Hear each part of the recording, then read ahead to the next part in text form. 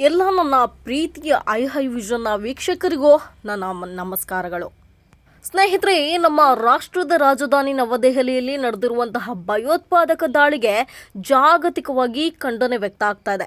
Car bomb ಸ್ಫೋಟ ಘಟನೆಯನ್ನು America ಸೇರಿದಂತೆ ಹಲವಾರು ದೇಶಗಳು ತೀವ್ರವಾಗಿ ಖಂಡಿಸ್ತಾ ಇರೋದಷ್ಟೇ ಅಲ್ಲದೆ ಈ ಒಂದು ಕಠಿಣ ಸಂದರ್ಭದಲ್ಲಿ ಭಾರತದೊಂದಿಗೆ ನಾವು ಗಟ್ಟಿಯಾಗಿ ನಿಲ್ತೀವಿ ಅಂತ ಘೋಷಿಸಿದ್ದೇವೆ.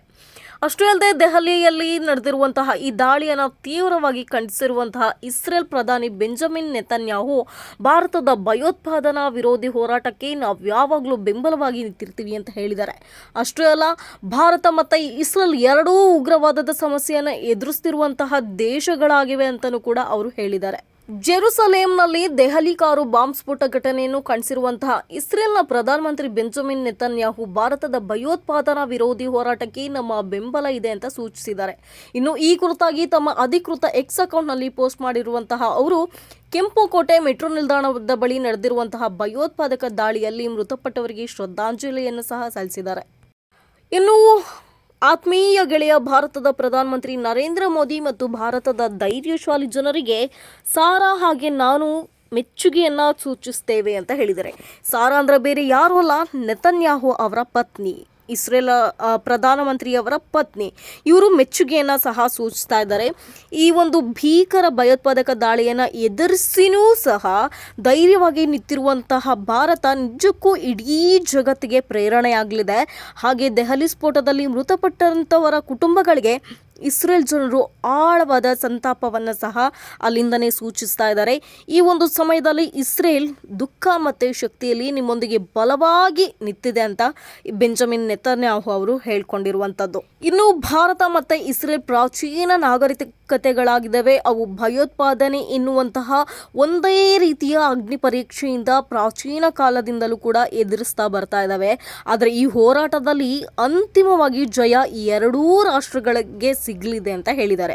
ಈ ಭಯೋತ್ಪಾದನೆ ವಿರೋಧಿ ಹೋರಾಟದಲ್ಲಿ ಭಾರತ ಮತ್ತು ಇಸ್ರೇಲ್ಗಳೆರಡೂ ಪರಸ್ಪರ ಹೆಗ್ಲುಗಳನ್ನು ಕೊಟ್ಕೊಂಡು ಮುನ್ನಡೆಯುತ್ತವೆ ಅಂತಲೂ ಕೂಡ ಈ ಇಸ್ರೇಲ್ ಪ್ರಧಾನಮಂತ್ರಿ ಭರವಸೆಯ ಮಾತುಗಳನ್ನು ಸಹ ಆಡಿದ್ದಾರೆ. ಭಾರತ ಹಾಗೆ ಇಸ್ರೇಲ್ ಅನ್ನೋದು ಶಾಶ್ವತ ಸತ್ಯಗಳ ಮೇಲೆ ನಿಂತಿರುವಂತಹ ಪ್ರಾಚೀನ ನಾಗರಿಕತೆಗಳು. ಭಯೋತ್ಪಾದನೆ ಅನ್ನೋದು ನಮ್ಮ ನಗರಗಳನ್ನು ಹೊಡೆಯಬಹುದೇ ಹೊರತು ನಮ್ಮ ಆತ್ಮಗಳನ್ನು ಯಾವತ್ತೂ ಕಿಂಚಿತ್ತೂ ಸಹ ಅಲ್ಗಾಡಿಸೋದಕ್ಕೆ ಸಾಧ್ಯ ಇಲ್ಲ ಅಂತ ಹೇಳ್ಕೊಂಡಿದ್ದಾರೆ. ನಮ್ಮ ರಾಷ್ಟ್ರಗಳ ಬೆಳಕು ನಮ್ಮ ಶತ್ರುಗಳ ಕತ್ತಲೆಯನ್ನು ಸಹ ಮೀರಿರುವಂಥದ್ದು ಅಂತ ಇಸ್ರೇಲ್ನ ಪ್ರಧಾನಮಂತ್ರಿ ಅವರು ಹೇಳ್ಕೊಂಡಿದ್ದಾರೆ. ಅಮೆರಿಕ ಕೂಡ ಕೆಂಪುಕೋಟೆ ಮೆಟ್ರೋ ನಿಲ್ದಾಣದ ಸಮೀಪದಲ್ಲಿ ನಡೆದಿರುವಂತಹ ಕಾರು ಬಾಂಬ್ ಸ್ಫೋಟ ದಾಳಿಯನ್ನು ತೀವ್ರವಾಗಿ ಖಂಡಿಸೋದ ಅಷ್ಟೇ ಅಲ್ಲದೆ ಈ ಒಂದು ಘಟನೆ ಬಗ್ಗೆ ನಡೆಸ್ತಿರುವಂತಹ ತನಿಖೆಯ ರೀತಿಯನ್ನು ಶ್ಲಾಘಿಸಿದ್ದಾರೆ. ಅಷ್ಟೇ ಅಲ್ಲದೆ ಮೃತಪಟ್ಟವರ ಕುಟುಂಬಗಳಿಗೆ ಟ್ರಂಪ್ ಆಡಳಿತ ಕೂಡ ಸಾಂತ್ವನವನ್ನು ಹೇಳಿರುವಂಥದ್ದು. ಇನ್ನು ಪ್ರಧಾನಮಂತ್ರಿ ನರೇಂದ್ರ ಮೋದಿ ನೇತೃತ್ವದ ಕೇಂದ್ರ ಸರ್ಕಾರ ದೆಹಲಿಯಲ್ಲಿ ನಡೆದಿರುವಂತಹ ಕಾರು ಬಾಂಬ್ ಸ್ಫೋಟ ಘಟನೆಯನ್ನು ಭಯೋತ್ಪಾದಕ ದಾಳಿ ಅಂತ ಈಗಾಗಲೇ ಘೋಷಣೆ ಮಾಡಿದೆ. ಈ ಒಂದು ದಾಳಿಗೆ ತಕ್ಕಂಥ ಪ್ರತೀಕಾರ ನಾವು ತೀರಿಸ್ಕೊಳ್ತೀವಿ ಅಂತಲೂ ಕೂಡ ಹೇಳ್ತಾ ಇದ್ದಾರೆ. ಈ ಒಂದು ನಿಟ್ಟಿನಲ್ಲೇ NIA ತನಿಖೆ ಕೂಡ ತೀವ್ರವಾಗಿ ಪ್ರಗತಿಯಲ್ಲಿದ್ದು ಶೀಘ್ರದಲ್ಲೇ ಈ ದೆಹಲಿಯಲ್ಲಿ ನಡೆದಿರುವಂತಹ ಘಟನೆ ವಿಚಾರ, ಅಲ್ಲಿ ಏನು ಮುಗ್ಧ ಜನರು ರಕ್ತವನ್ನು ಹರಿಸಿದಂತಹ ರಾಕ್ಷಸರನ್ನು ತೀವ್ರವಾಗಿ ಶಿಕ್ಷಿಸ್ತೀವಿ. ಅವರಿಗೆ ತೀವ್ರವಾಗಿ ಏನು ಕಾನೂನು ಮುಖಾಂತರ ನಾವು ಶಿಕ್ಷೆ ಕೊಡಬೇಕು ಆ ಶಿಕ್ಷೆಯನ್ನು ಕೊಡ್ತೀವಿ ಅಂತ ಈಗಾಗಲೇ ಎಲ್ಲೆಡೆ ಹೇಳ್ಕೊಳ್ತಾ ಇದ್ದಾರೆ. ವೀಕ್ಷಕರೇ, 2008ರಲ್ಲಿ ನಡೆದಂತಹ ಮುಂಬೈ ದಾಳಿ ರೀತಿಯಲ್ಲೇ ದೆಹಲಿಯಲ್ಲೂ ಕೂಡ ಸ್ಫೋಟವನ್ನು ನಡೆಸಬೇಕು ಅಂತ ಭಯೋತ್ಪಾದಕರು ಸಂಚು ರೂಪಿಸಿದ್ರು ಅನ್ನೋದು NIA ತನಿಖೆಯಲ್ಲಿ ಗೊತ್ತಾಗಿರುವಂತಹದ್ದು, ಹಾಗೆ ದೃಢಪಟ್ಟಿರುವಂತಹದ್ದು. ಈಗ ನಗರದ ರೈಲ್ವೆ ನಿಲ್ದಾಣಗಳಾಗಿರ್ಬೋದು, ಶಾಪಿಂಗ್ ಮಾಲ್ಗಳಾಗಿರ್ಬೋದು, ಕೆಂಪುಕೋಟೆ, ಇಂಡಿಯಾ ಗೇಟ್, ಕಾನ್ಸ್ಟಿಟ್ಯೂಷನ್ ಕ್ಲಬ್ ಹಾಗೆ ಗೌರಿಶಂಕರ್ ದೇವಾಲಯವನ್ನು ಗುರಿಯಾಗಿಟ್ಟಿಸಿಕೊಂಡು ಸರಣಿ ದಾಳಿಗಳನ್ನು ನಡೆಸಬೇಕು ಅಂತ ಸಂಚು ರೂಪಿಸಲಾಗಿತ್ತು ಅನ್ನೋದು ಸದ್ಯ NIA ತನಿಖೆಯಲ್ಲಿ ದೃಢಪಟ್ಟಿರುವಂಥದ್ದು. ಹಾಗೆ ಈ ಒಂದು ಆಘಾತಕಾರಿ ಮಾಹಿತಿ ಕೂಡ ಹೊರಗೆ ಬಿದ್ದಿರುವಂಥದ್ದು. ಇಲ್ಲಿ ನೋಡಿ, ಆಪರೇಷನ್ ಸಿಂಧೂರ್ ಕಾರ್ಯಾಚರಣೆ ವೇಳೆ ಸೋತು ಸುಣ್ಣ ಆಗಿದ್ರು ಕೂಡ ಪಾಕಿಸ್ತಾನ ಮಾತ್ರ ಇನ್ನೂ ತನ್ನ ಹಳೆ ಬುದ್ಧಿಯನ್ನು ಬಿಟ್ಟಿಲ್ಲ. ಭಾರತದ ರಾಜಧಾನಿ ದೆಹಲಿಯಲ್ಲಿ ನಡೆದಿರುವಂತಹ ಕಾರ್ ಬಾಂಬ್ ಸ್ಫೋಟದ ಬೆನ್ನಲ್ಲೇ ಪಾಕಿಸ್ತಾನದ ರಕ್ಷಣಾ ಸಚಿವ ಖವಾಜಾ ಆಸಿಫ್ ಅವರು ಮತ್ತೊಮ್ಮೆ ಪ್ರಚೋದನಕಾರಿ ಹೇಳಿಕೆಯನ್ನು ನೀಡಿದ್ದಾರೆ. ಏನಪ್ಪ ಅಂದರೆ, ಪೂರ್ವ ಗಡಿಯಲ್ಲಿ ಭಾರತ ಹಾಗೆ ಪಶ್ಚಿಮ ಗಡಿಯಲ್ಲಿ ಅಫ್ಘಾನ್ ತಾಲಿಬಾನ್ ವಿರುದ್ಧ ಎರಡೂ ಮುಂಚೂಣಿ ಯುದ್ಧಕ್ಕೆ ತಮ್ಮ ದೇಶ ಸಂಪೂರ್ಣವಾಗಿ ಸಿದ್ಧವಾಗಿದೆ ಅಂತ ಹೇಳ್ಕೊಂಡಿದ್ದಾರೆ. ಅಷ್ಟೇ ಅಲ್ಲದೆ ಪಾಕಿಸ್ತಾನದಲ್ಲಿರುವಂತಹ ಇಸ್ಲಾಮಾಬಾದ್ನಲ್ಲಿ ನಡೆದಿರುವಂತಹ ಸ್ಫೋಟಕ್ಕೂ ಕೂಡ ಭಾರತನೇ ನೇರ ಹೊಣೆ, ಭಾರತನೇ ಕಾರಣ ಅಂತ ಕೂಡ ಆರೋಪ ಮಾಡಿದ್ದಾರೆ.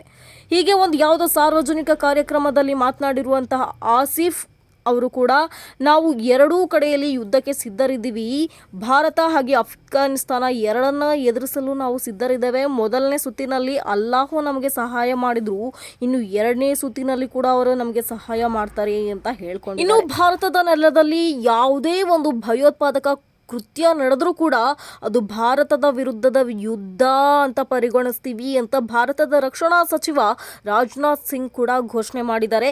ಹೀಗಾಗಿ ದೆಹಲಿ ಬಾಂಬ್ ಸ್ಫೋಟದ ಹಿನ್ನೆಲೆಯಲ್ಲಿ ಕೂಡ ಆಸಿಫ್ ರವರ ಹೇಳಿಕೆ ಕೂಡ ಒಂದು ಮಹತ್ವ ಪಾತ್ರವನ್ನು ಪಡ್ಕೊಂಡಿದೆ ಅಂತ ಹೇಳ್ಬೋದು.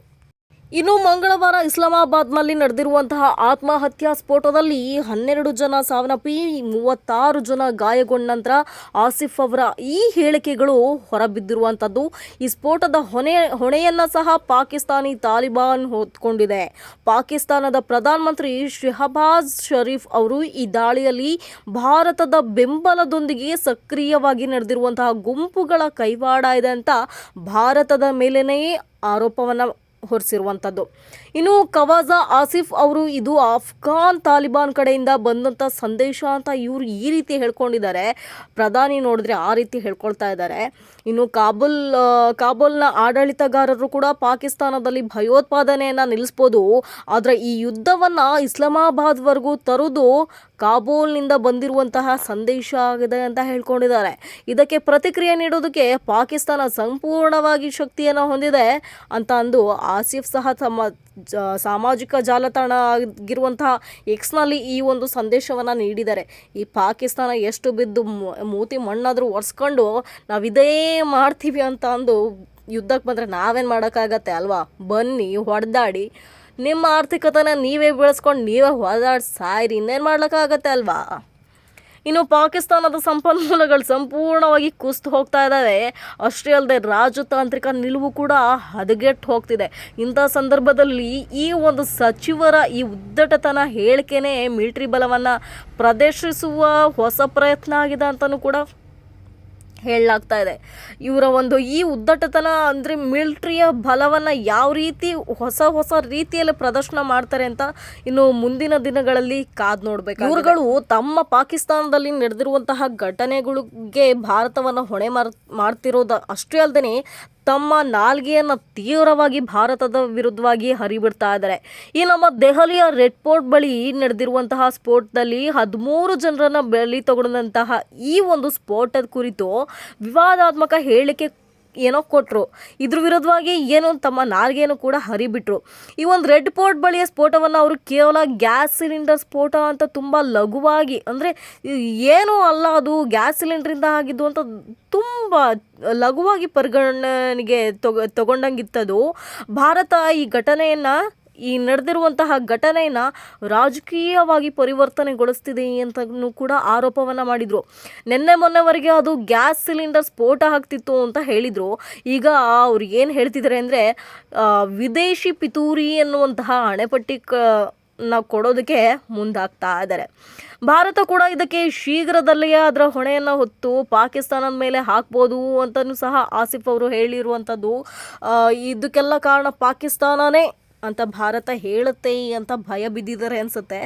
ಸೊ ಏನು ತಪ್ಪು ಮಾಡ್ದೇನೆ ಕುಂಬಳಕಾಯಿ ಕಳ್ಳ ಅಂದರೆ ತಾನು ಹೆಗ್ಲು ಮುಟ್ಕೊಂಡು ನೋಡೋಂತಹ ಪರಿಸ್ಥಿತಿಲಿ ಪಾಕಿಸ್ತಾನಿಗಳು ಬಂದ್ಬಿಟ್ಟಿದ್ದಾರೆ. ಇನ್ನು ಭಾರತೀಯ ಅಧಿಕಾರಿಗಳು ಆಸಿಫ್ ಅವರ ಹೇಳಿಕೆಗಳನ್ನು ಅವರ ಗಮನವನ್ನು ಬೇರೆ ಕಡೆ ಸೆಳೆಯುವಂತಹ ಹತಾಶ ಪ್ರಯತ್ನ ಅಂತ ತಳ್ಳಿ ಹಾಕಿದ್ದಾರೆ. ಅಂದರೆ ಜನರಾಗಿರ್ಬೋದು, ದೇಶಗಳ ಒಂದು ಗಮನವನ್ನು ಬೇರೆ ಕಡೆ ಸೆಳೆಯೋದಕ್ಕೆ ಪ್ರಯತ್ನ ಮಾಡ್ತಿದ್ದಾರೆ ಅಂತ ನಮ್ಮ ಭಾರತನೂ ಕೂಡ ಅವರ ಒಂದು ಮಾತುಗಳನ್ನಾಗಲಿ ಹೇಳಿಕೆಗಳನ್ನಾಗಲಿ ಸ್ವಲ್ಪ ತಳ್ಳಿ ಹಾಕ್ತಿದ್ದಾರೆ. ಸೊ ಇದೊಂದು ಭಯೋತ್ಪಾದಕ ಕೃತ್ಯ ಅಂತ ಈಗಾಗಲೇ ಎಲ್ರಿಗೂ ಗೊತ್ತಿದೆ. ಸ್ನೇಹಿತರೆ, ಕರ್ನಾಟಕದ 4 ಪ್ರಮುಖ ರೈಲು ನಿಲ್ದಾಣಗಳ ಹೆಸರು ಬದಲಾವಣೆಗೆ ರಾಜ್ಯ ಸರ್ಕಾರ ಇವಾಗ ಮುಂದಾಗಿದೆ. ಯಾವುದ್ಯಾವುದಪ್ಪ ಅಂತಂದರೆ ವಿಜಯಪುರ, ಬೆಳಗಾವಿ, ಬೀದರ್ ಹಾಗೆ ಶಿವಮೊಗ್ಗ ಜಿಲ್ಲೆಯ ಸೂರಗೊಂಡನಕೊಪ್ಪ ನಿಲ್ದಾಣಗಳಿಗೆ ಸದ್ಯ ಪ್ರಾದೇಶಿಕ ಸಂತರ ಹೆಸರಿಡಬೇಕು ಅನ್ನೋದಕ್ಕೋಸ್ಕರ ಕೇಂದ್ರ ಗೃಹ ಸಚಿವಾಲಯಕ್ಕೆ ಪತ್ರವನ್ನು ಬರೆದಿದ್ದಾರೆ. ಸ್ಥಳೀಯ ಸಾಂಸ್ಕೃತಿಕ ಮಹತ್ವವನ್ನು ಹೆಚ್ಚಿಸಬೇಕು ಅನ್ನುವಂತಹ ಉದ್ದೇಶದಲ್ಲಿಯೇ ಈ ಒಂದು ಮಹತ್ವವಾದ ನಿರ್ಧಾರವನ್ನು ಕೈಗೊಳ್ಳಲಾಗಿದೆ ಅಂತ ಹೇಳ್ತಾ ಇದ್ದಾರೆ. ಸೊ ಇವಾಗ ಏನಪ್ಪ ಅಂದರೆ ಕರ್ನಾಟಕದಲ್ಲಿರುವಂತಹ 4 ಪ್ರಮುಖ ಜಿಲ್ಲೆಯ ರೈಲು ನಿಲ್ದಾಣಗಳ ಹೆಸರನ್ನು ಸಂಪೂರ್ಣವಾಗಿ ಬದಲಾವಣೆ ಮಾಡಬೇಕು ಅನ್ನೋದಕ್ಕೋಸ್ಕರ ರಾಜ್ಯ ಸರ್ಕಾರ ಮುಂದಾಗಿರುವಂಥದ್ದು. ಈಗ ಪ್ರಾದೇಶಿಕವಾಗಿ ಕೆಲವು ಪ್ರಮುಖ ಸಂತರುಗಳ ಹೆಸರನ್ನು ನಿಲ್ದಾಣಕ್ಕೆ ಇಡಬೇಕು ಅನ್ನೋದಕ್ಕೆ ಮುಂದಾಗಿರುವಂಥದ್ದು. ಈ ವಿಚಾರದ ಕುರಿತು ಮೂಲಸೌಕರ್ಯ ಅಭಿವೃದ್ಧಿ ಸಚಿವ ಆಗಿರುವಂತಹ MB ಪಾಟೀಲ್ ಅವರು ಈ ಬಗ್ಗೆ ಕೇಂದ್ರ ಗೃಹ ಸಚಿವಾಲಯಕ್ಕೆ ಈಗಾಗಲೇ ಪತ್ರವನ್ನು ಬರೆದಿದ್ದಾರೆ. ಇನ್ನು ರಾಜ್ಯ ರೈಲು ನಿಲ್ದಾಣಗಳನ್ನು ಸ್ಥಳೀಯ ಸಾಂಸ್ಕೃತಿಕತೆಗೆ, ಸ್ಥಳೀಯ ಪ್ರಾದೇಶಿಕ ಸಂಸ್ಕೃತಿಗೆ ಹೆಚ್ಚಾಗಿ ಮಹತ್ವ ಕೊಡಬೇಕು ಅನ್ನುವಂತಹ ಉದ್ದೇಶದಿಂದ ಈ ಹೊಸದಾಗಿ ಮರುನಾಮಕರಣ ಮಾಡಲಿಕ್ಕೆ ಹಾಗೆ ಹೊಸದಾಗಿ ನಾಮಕರಣ ಮಾಡಬೇಕು ಅನ್ನೋದಕ್ಕೋಸ್ಕರ ಗೃಹ ಸಚಿವಾಲಯಕ್ಕೆ ಈ ಒಂದು ಶಿಫಾರಸನ್ನು ಮಾಡಿದ್ದಾರೆ ಅಂತ ಹೇಳ್ಬೋದು. ಸೊ ಇವಾಗ ಅದರಲ್ಲಿ ಯಾವ್ಯಾವ ಪ್ಲೇಸ್ ಅನ್ನೋದನ್ನು ಮುಂಚೆನೇ ಹೇಳ್ದಂಗೆ ಈಗ ಈ ಪತ್ರದಲ್ಲಿ ವಿಜಯಪುರ ರೈಲು ನಿಲ್ದಾಣಕ್ಕೆ ಜ್ಞಾನ ಯೋಗಿ ಶ್ರೀ ಸಿದ್ದೇಶ್ವರ ಸ್ವಾಮೀಜಿ ರೈಲು ನಿಲ್ದಾಣ ಅಂತ, ಬೆಳಗಾವಿ ನಿಲ್ದಾಣಕ್ಕೆ ಶ್ರೀ ಬಸವ ಮಹಾಸ್ವಾಮೀಜಿ, ಹಾಗೆ ಬೀದರ್ ನಿಲ್ದಾಣಕ್ಕೆ ಚನ್ನಬಸವ ಪಟ್ಟದೇವರು, ಹಾಗೆ ಶಿವಮೊಗ್ಗದಲ್ಲಿರುವಂತಹ ಸೂರಗೊಂಡನಕೊಪ್ಪ ನಿಲ್ದಾಣಕ್ಕೆ ಭಾಯಗಡ ರೈಲು ನಿಲ್ದಾಣ ಅಂತ ಹೊಸ ಹೆಸರು ಇಡಬೇಕು ಅನ್ನೋದನ್ನು ಈಗಾಗಲೇ ಪ್ರಸ್ತಾಪಿಸಿದ್ದಾರೆ. ಸೊ ಇದ್ರ ಕುರಿತಾಗಿ ಈ ಒಂದು 4 ನಿಲ್ದಾಣಗಳಿಗೆ ಸಂತರ ಹೆಸರು ಇಡೋದಕ್ಕೆ ಏನು ಶಿಫಾರಸು ಮಾಡಲಾಗಿದೆ, ಇದಕ್ಕೋಸ್ಕರವಾಗಿಯೇ ಗೃಹ ಸಚಿವಾಲಯದ ಒಪ್ಪಿಗೆ ಬೇಕಾಗತ್ತೆ. ಅದಕ್ಕಾಗಿ ಮೂಲಸೌಕರ್ಯ ಇಲಾಖೆ ಮುಖಾಂತರನೇ ಪತ್ರವನ್ನು ರವಾನೆ ಮಾಡಿರುವಂಥದ್ದು ಅಂತ ರವಾನೆ ಮಾಡಲಾಗಿದೆ ಅಂತ ಸಚಿವ ಆಗಿರುವಂತಹ MB ಪಾಟೀಲ್ ಅವರು ಇದ್ರ ಕುರಿತಾಗಿ ಒಂದಷ್ಟು ಮಾಹಿತಿಗಳನ್ನು ನೀಡಿರುವಂಥದ್ದು. ಈ ಒಂದು 4 ರೈಲು ನಿಲ್ದಾಣಗಳನ್ನು ನೈಋತ್ಯ ರೈಲ್ವೆಯ ಹುಬ್ಬಳ್ಳಿ ವಿಭಾಗದ ವ್ಯಾಪ್ತಿಯಲ್ಲಿ ಇದನ್ನು ನೋಡ್ಬೋದು.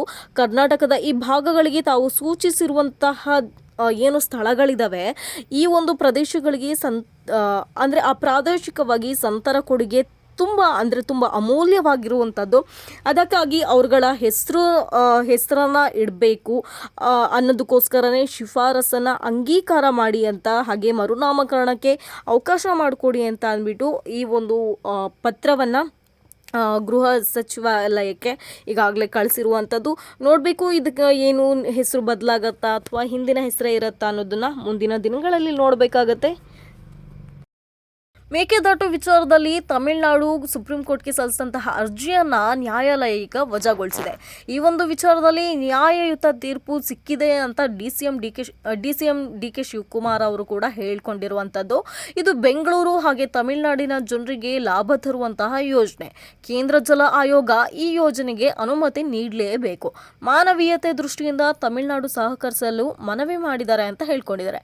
ಅಷ್ಟೇ ಅಲ್ಲದೆ ಮೇಕೆದಾಟು ವಿರುದ್ಧದ ತಮಿಳುನಾಡು ಅರ್ಜಿಯನ್ನು ಸುಪ್ರೀಂ ಕೋರ್ಟ್ ವಜಾಗೊಳಿಸಿರೋದು ನ್ಯಾಯಪೀಠದಿಂದ ನಮಗೆ ನ್ಯಾಯ ಸಿಕ್ಕಂತಾಗಿದೆ ಅಂತಲೂ ಕೂಡ ಹೇಳಿದ್ದಾರೆ. ಅಷ್ಟೇ ಅಲ್ಲದೆ ವಿಧಾನಸೌಧದ ಒಂದು ಆವರಣದಲ್ಲಿ ಮಾಧ್ಯಮಗಳ ಪ್ರಶ್ನೆಗಳಿಗೆ ಶಿವಕುಮಾರ್ ಅವರು ಈ ಒಂದು ಗುರುವಾರ ಅಂದರೆ ಇವತ್ತು ಪ್ರತಿಕ್ರಿಯೆ ನೀಡಿ ಮೇಕೆದಾಟು ಯೋಜನೆಗೆ DPR ವಿರೋಧಿಸಿ ತಮಿಳುನಾಡು ಸುಪ್ರೀಂ ಕೋರ್ಟ್ನಲ್ಲಿ ಸಲ್ಲಿಸಿದಂತಹ ಅರ್ಜಿಯನ್ನು ನ್ಯಾಯಾಲಯ ವಜಾಗೊಳಿಸಿದೆ. ಇದರಿಂದ ತಮಿಳುನಾಡಿಗೆ ಹಿನ್ನಡೆಯಾಗಿದೆಯಲ್ಲ ಅಂತ ಕೇಳಿದಂಥ ಸಂದರ್ಭದಲ್ಲಿ ಈ ಬಗ್ಗೆ ನನಗೆ ಸಂಪೂರ್ಣವಾಗಿ ಮಾಹಿತಿ ಸಿಕ್ಕ ನಂತರ ನಾನು ಇದನ್ನು ವಿವರವಾಗಿ ಮಾತಾಡ್ತೀನಿ ಅಂತ ಹೇಳಿದ್ದಾರೆ. ಅಷ್ಟೇ ಅಲ್ಲ, ಇದು ಯಾವುದೇ ರೀತಿಯ ಹಿನ್ನಡೆಯಲ್ಲ, ಬದಲಿಗೆ ನ್ಯಾಯಪೀಠದಿಂದ ನ್ಯಾಯ ಸಿಕ್ಕಂತಾಗಿದೆ ಅಂತ ಹೇಳ್ಕೊಂಡಿದ್ದಾರೆ. ಅಷ್ಟೇ ಅಲ್ಲ, ಮೇಕೆದಾಟು ನಮ್ಮ ನೀರು ನಮ್ಮ ಹಕ್ಕು ಯೋಜನೆ ನಾವು ತಮಿಳುನಾಡಿಗೆ ಯಾವುದೇ ರೀತಿಯಲ್ಲೂ ಕೂಡ ಅಡ್ಡಿ ಮಾಡ್ತಾ ಇಲ್ಲ. ಈ ಯೋಜನೆಯಿಂದ ತಮಿಳುನಾಡಿಗೆ ಹೆಚ್ಚು ಲಾಭ ಆಗ್ತಾ ಇದೆ ಅಂತ ಹೇಳ್ತಾರೆ. ಅಷ್ಟೇ ಅಲ್ಲದೆ ನ್ಯಾಯಾಲಯಗಳ ತೀರ್ಮಾನದಂತೆ ತಮಿಳುನಾಡು ತನ್ನ ಪಾಲಿನ ನೀರನ್ನು ಪಡೆಯುತ್ತೆ. ಹೀಗಾಗಿ ನಾವು ಯೋಜನೆಯನ್ನು ಮುಂದುವರಿಸ್ಕೊಂಡು ಹೋಗ್ತೀವಿ. ಈ ಯೋಜನೆಯನ್ನು ನಮ್ಮ ನೆಲದಲ್ಲಿ ನಮ್ಮ ಹಣದಲ್ಲಿ ಮಾಡಲಾಗ್ತಿದೆ. ನೀರಿನ ಕೊರತೆ ಉಂಟಾದಂಥ ಸಮಯದಲ್ಲಿ ತಮಿಳುನಾಡಿಗೆ ನೀರು ಹರಿಸೋದಕ್ಕೆ ಅಣೆಕಟ್ಟು ನೆರವಾಗತ್ತೆ ಅಂತ ಹೇಳಿದ್ದಾರೆ. ಇದು ಬೆಂಗಳೂರಿಗರಿಗೆ ಸಿಕ್ಕಂತಹ ಗೆಲುವು. ತಮಿಳುನಾಡು ಸೇರಿದಂತೆ ಬೇರೆ ಬೇರೆ ರಾಜ್ಯಗಳಿಂದ ಬಂದಂತಹ ಜನರಿಗೂ ಕೂಡ ನೀರನ್ನು ಒದಗಿಸ್ತೀವಿ, ಈಗಲಾದರೂ ಯೋಜನೆಗೆ ಸಹಕಾರ ನೀಡಿ ಅಂತ ತಮಿಳುನಾಡಿಗೆ ಮನವಿ ಮಾಡ್ತೀವಿ. ನಾವೆಲ್ಲರೂ ಮಾನವೀಯತೆ ದೃಷ್ಟಿಯಿಂದ ಒಟ್ಟಾಗಿ ಕೆಲಸ ಮಾಡೋಣ ಅಂತ ಹೇಳಿದರು.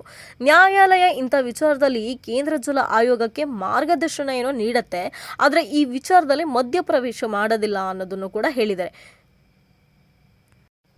ಇನ್ಫೋಸಿಸ್ ಸೈನ್ಸ್ ಫೌಂಡೇಶನ್ ವಾರ್ಷಿಕ ಪ್ರಶಸ್ತಿಯನ್ನು ಘೋಷಣೆ ಮಾಡಲಾಗಿದೆ. ಈ ವರ್ಷ ಈ ಒಂದು ಸಾಧಕರಿಗೆ 88 ಲಕ್ಷ ನಗದು ಬಹುಮಾನವನ್ನು ಕೊಡಲಾಗ್ತಾ ಇದೆ. 17ನೇ ಇನ್ಫೋಸಿಸ್ ಪ್ರಶಸ್ತಿಗಳನ್ನು ಸಮಾಜ ಮತ್ತು ವಿಜ್ಞಾನ ಕ್ಷೇತ್ರದಲ್ಲಿ ಸಾಧನೆ ಮಾಡಿರುವಂತಹ 6 ಮಂದಿ ವಿಜ್ಞಾನಿಗಳಿಗೆ ಘೋಷಣೆಯನ್ನು ಮಾಡಿರುವಂಥದ್ದು. ತಲಾ $1 ಲಕ್ಷ ಅಮೇರಿಕನ್ ಡಾಲರ್ ನಗದು ಹಾಗೆ ಚಿನ್ನದ ಪದಕ ಹಾಗೂ ಪ್ರಶಂಸಾ ಪತ್ರಗಳನ್ನು ಒಳಗೊಂಡಿರುವಂತಹ ಈ ಪ್ರಶಸ್ತಿ ಪ್ರದಾನ ಸಮಾರಂಭ ಅನ್ನೋದು 2020 ಜನವರಿ 10ರಂದು ಬೆಂಗಳೂರಿನಲ್ಲಿ ನಡೀತಾ ಇದೆ ಅಂತ ಅಂದು ಟ್ರಸ್ಟಿಗಳ ಮಂಡಳಿಯ ಅಧ್ಯಕ್ಷರಾಗಿರುವಂತಹ ಕೆ ದಿನೇಶ್ ಅವರು ತಿಳಿಸಿದ್ದಾರೆ. ಸೊ ಸ್ನೇಹಿತರೆ, ಇದಿಷ್ಟು ಇವತ್ತಿನ ಒಂದಷ್ಟು ಪ್ರಮುಖ ಸುದ್ದಿಗಳನ್ನು ತಿಳಿಸುವಂತಹ ಪ್ರಯತ್ನವನ್ನು ನಾನು ಮಾಡಿದ್ದೀನಿ. ಇನ್ನಷ್ಟು ಹೆಚ್ಚಿನ ಸುದ್ದಿಗಳಿಗಾಗಿ ವೀಕ್ಷಿಸಿ ಐ ಹೈ ವಿಷನ್.